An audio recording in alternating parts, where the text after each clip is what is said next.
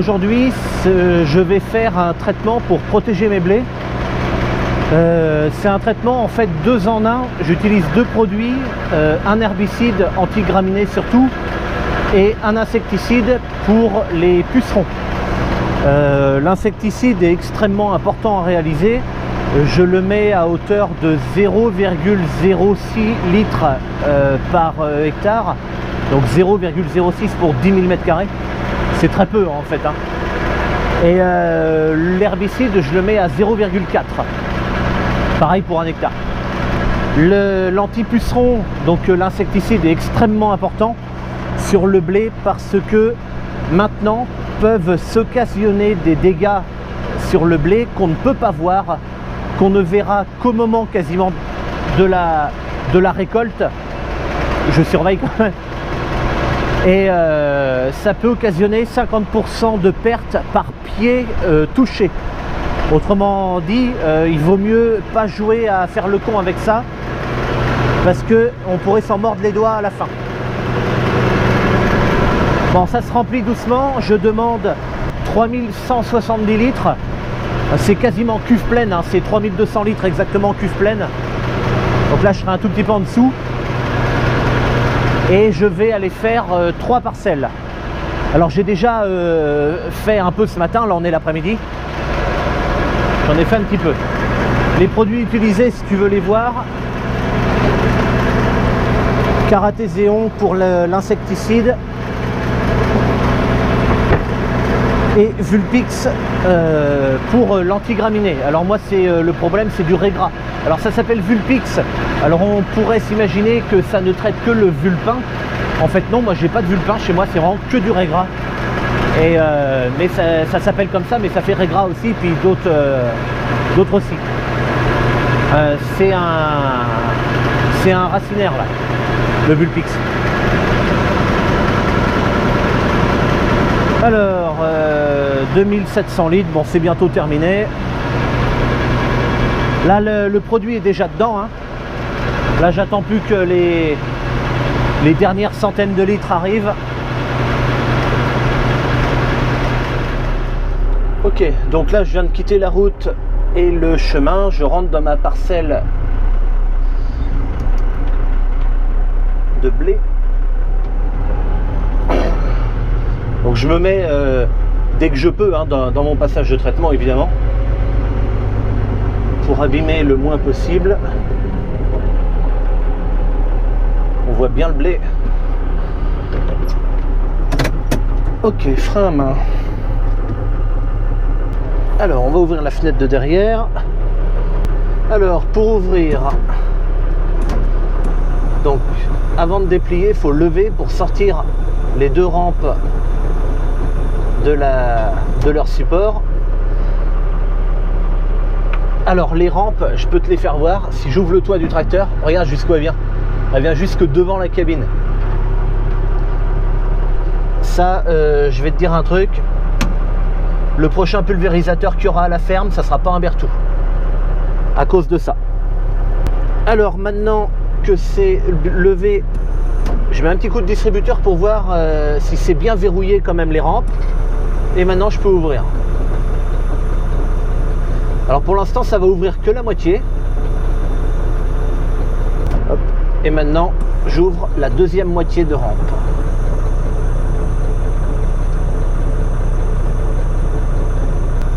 Et donc j'ai intérêt à ce que ça soit bien verrouillé, parce que quand j'ouvre ma deuxième moitié, j'ai un côté qui s'ouvre un petit peu plus vite que l'autre. Je vais refermer la fenêtre. Comme le pulvérisateur, si tu veux, il est sur un balancier derrière pour que la rampe soit équilibrée.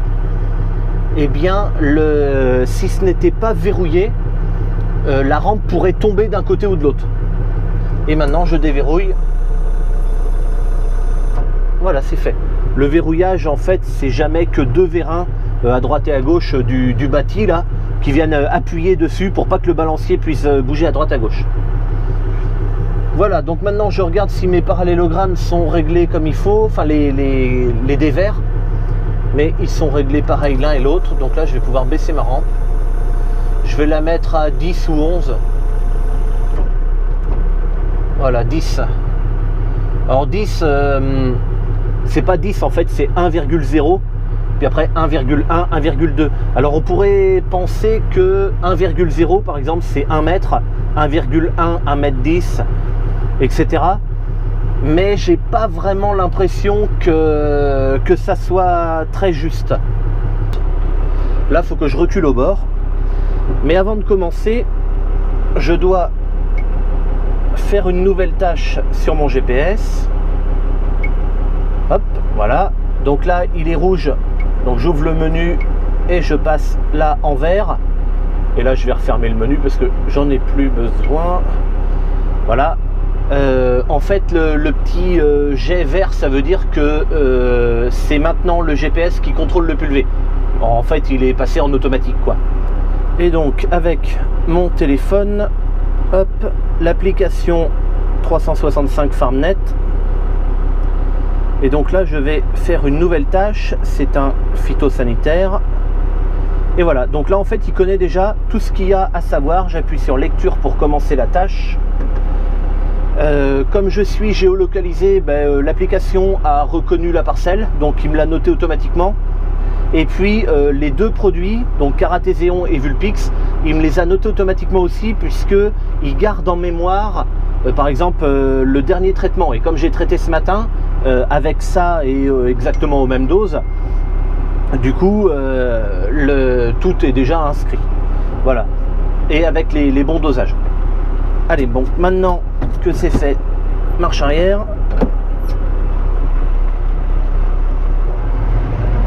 Donc là, je vais reculer jusqu'au bord.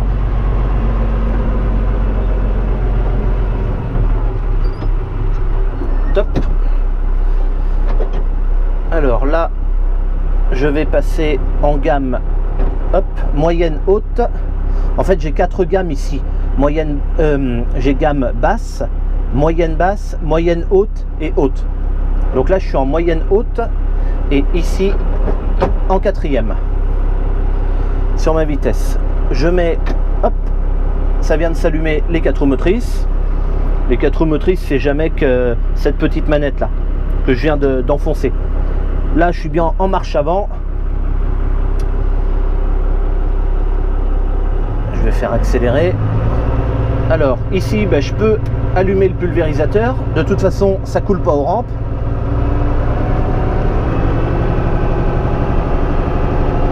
Voilà. Donc en fait, j'accélère à la main à 1500 tours. Environ, je suis pas à 100 tours près. Et puis après, ça c'est le régime moteur avec lequel je ferai demi-tour quand je tournerai d'un passage à l'autre et tout. Et ensuite, pour pulvériser, j'emmènerai mon aiguille entre 2000 tours et puis le trait vert. Le trait vert qui symbolise 540 tours à la prise de force, mais j'ai pas besoin d'être forcément à 540 tours. Donc entre 2000 et puis le trait vert, ça ira. Donc ça c'est ma pression de démarrage, 3 bars. Je démarre assez haut en pression, mais quand je vais pulvériser, je vais être à peu près à 5 bars. Voilà, c'est des buses anti-dérive que j'ai, et mes buses là, elles marchent entre 4 et 6 kg. Enfin 4 et 6 bars. Moi je dis des kilos tout le temps, mais c'est des bars normalement. Et donc là, moi je pulvérise à 5. Allez, c'est parti.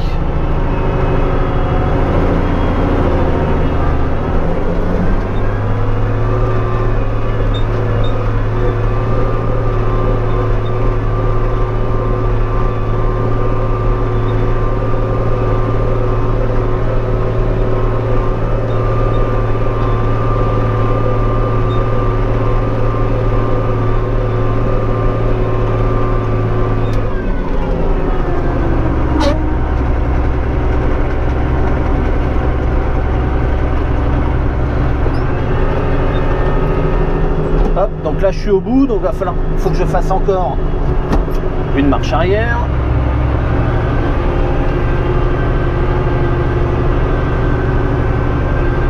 Donc quand je pulvérise dans le champ, je commence toujours par faire le tour du champ.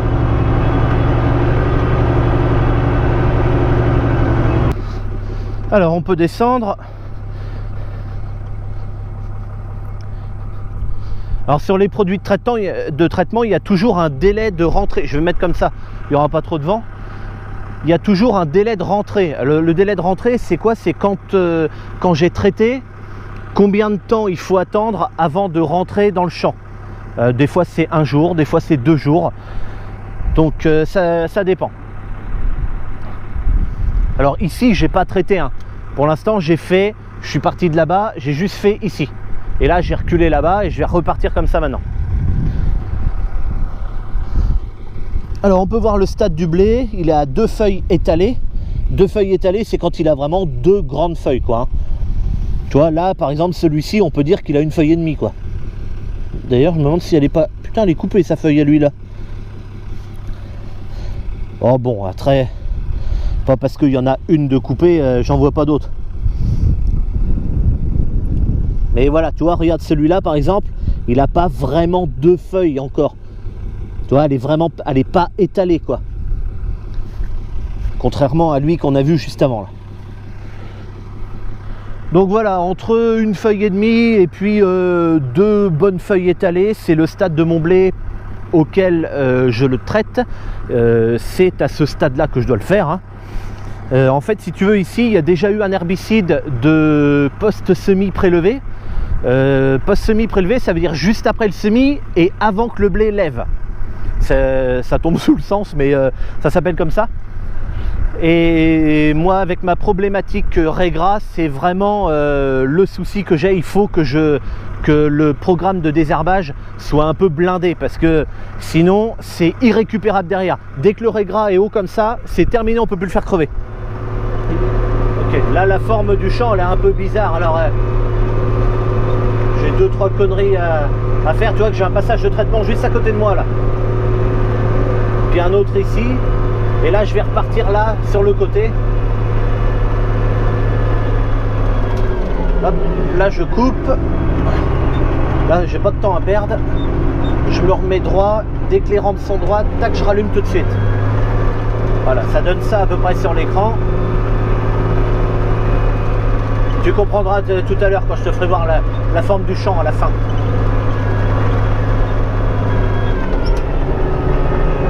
Hop. Alors là, je suis obligé d'avancer un petit peu droit avant de prendre mon virage parce que sinon, la rampe est à peine assez grande pour faire le tout en entier. Bon, c'est pas grave. Donc j'ai une rampe qui fait 32 mètres. Pour ceux qui veulent savoir.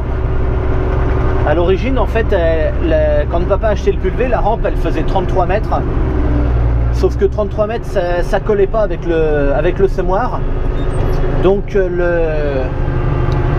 ça a été enlevé pour enlever 1 mètre, enlever un jet au bout là-bas et un jet à l'autre bout, puisque les jets sont tous les 50 cm, donc ça faisait 1 mètre.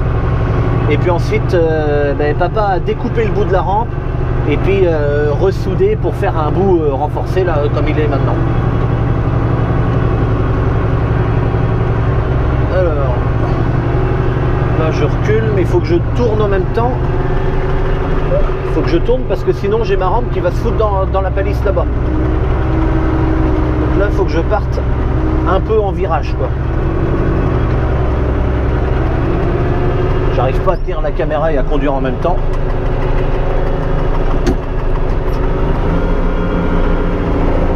Allez, c'est parti. Hop, tu vois, les tronçons s'éteignent au fur et à mesure que ça recouvre de manière automatique et ils se rouvrent après derrière. Voilà. C'est bien, hein? Ok, bon, j'ai terminé mon champ. Donc, hop, si je dézoome un peu, voilà, tu vois, après avoir dézoomé, la parcelle elle est faite comme ça. J'ai des trucs un peu bizarres, là c'est pas droit, là, bon bref. Hop, je ferme ici, hop, je mets pause. Donc j'ai mis 35 minutes pour faire les 8 hectares. Alors c'est beaucoup, mais je me suis arrêté pour parler avec la caméra, machin et tout. Donc là, je le valide, voilà. Et donc quand j'arriverai à la maison ce soir avec l'ordinateur, après, là c'est validé, mais pas enregistré encore. Vu que c'est fait avec le téléphone, ça n'enregistre pas. C'est juste validé. et après avec l'ordinateur j'enregistre tout et là ça se retrouve vraiment dans le registre phytosanitaire et tout ça. Allez, pour replier, hop, je remonte ma rampe à fond. Voilà, après c'est exactement l'inverse de tout à l'heure, hein. Là on peut en faire 5 minutes. Là, tac, j'ai bloqué. Et puis allez, je replie d'abord les bouts de rampe et puis après l'autre. Bon, pendant que ça se replie, je vais arrêter. Je vais filmer un peu dans l'autre parcelle qu'on va aller. Et je voudrais te faire voir un autre truc, un autre problème en fait. C'est plutôt à cause des sangliers là, je vais te faire voir. Ok, alors voilà ce que je voulais te faire voir. Ici, c'est du dégât de sanglier. Quand on regarde, alors face au soleil, je sais pas si on verra très bien, il y en a un petit peu là, un trou là, un trou là-bas, un trou là-bas. Et bon, là, tu vois, il y en a un peu dans la chinte, là, un petit peu devant. Et bah là, tu vas me dire, bon, si c'est que ça, c'est pas grave. Puis je te répondrai, ouais, ça, c'est pas grave. Ce qu'il y a là, pour l'instant, c'est pas grave. Je vais te faire voir plus loin quand même, parce que ça vaut le coup d'œil. Tiens, regarde dedans. Les gros cochons qu'ils ont passés. Tu vois les traces là? Ah, puis alors là, c'est vraiment impressionnant, hein. On voit, il a vraiment marché dans le passage de traitement, hein. Marc, il est bien gentil ce cochon là. Il marche dans les passages de traitement parce que peut-être il veut pas trop m'abîmer de blé. Alors tu vois, j'aurais pensé l'année dernière, il y avait du colza ici, les sangliers, je l'avais dit dans une vidéo, mais je ne me rappelle plus laquelle, hein. Ils avaient mangé un peu sous les arbres parce que ben, forcément il y a des glands et tout, donc ils viennent les bouffer. Là par contre, ça commence à être un peu plus problématique. Il y a une bande sombre là. Bon, je vais pas y aller, hein. De toute façon j'y étais tout à l'heure, c'est saccagé. Voilà, ben, toute cette grande bande. Alors avec une GoPro, je sais pas si ça donne bien, hein, si on se rend compte de ce qu'il y a. Mais et puis tu vois, il y a encore un rond noir là-bas, un rond noir là-bas. Ça c'est les gorets qu'on fouillait encore là. Alors pour cette bande là, il me reste de la semence un petit peu dans un big bag. Je vais certainement venir avec un seau ou je sais pas quoi, enfin on verra bien, et répandre du grain comme ça à la main, et puis avec un râteau machiner un petit peu le grain, hop, et puis ça fera ce que ça voudra. Si ça peut boucher un peu le trou, ce serait pas mal. Allez hop, on va retourner au tracteur, on va continuer. Ici il y avait du colza et avec le quad, donc ça avait été fait le tour du champ seulement. Comme toutes les parcelles de blé d'ailleurs, je l'avais dit dans la vidéo de tour de plaine, papa avait fait tous les tours de champ en blé. Mais les 3 parcelles qui ont un précédent colza, j'ai remarqué qu'il y avait des morsures dans le milieu du champ aussi.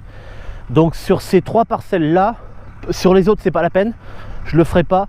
Mais sur les 3 parcelles de blé avec précédent colza, je vais mettre des granulés anti-limaces sur toute la surface du champ. Mais ça me surprend quasiment pas, hein. Je veux dire, un précédent colza, c'est presque logique qu'il y ait du dégât de limaces comme ça. Allez hop, c'est la dernière parcelle que je vais traiter pour ce soir. Demain ils annoncent un petit peu de pluie. Alors c'est pas un problème puisque l'herbicide que je mets c'est un racinaire, j'ai dit tout à l'heure. Donc c'est pas un souci, lui il faut qu'il aille dans le sol. Et en fait ça marche de la manière suivante. Le produit va dans le sol et quand une mauvaise graine, une mauvaise herbe commence à pousser, et bien avec ses racines elle va prendre le produit qui est dans le sol et crever en fait, elle va naître et crever aussitôt. Ça marche comme ça les produits racinaires.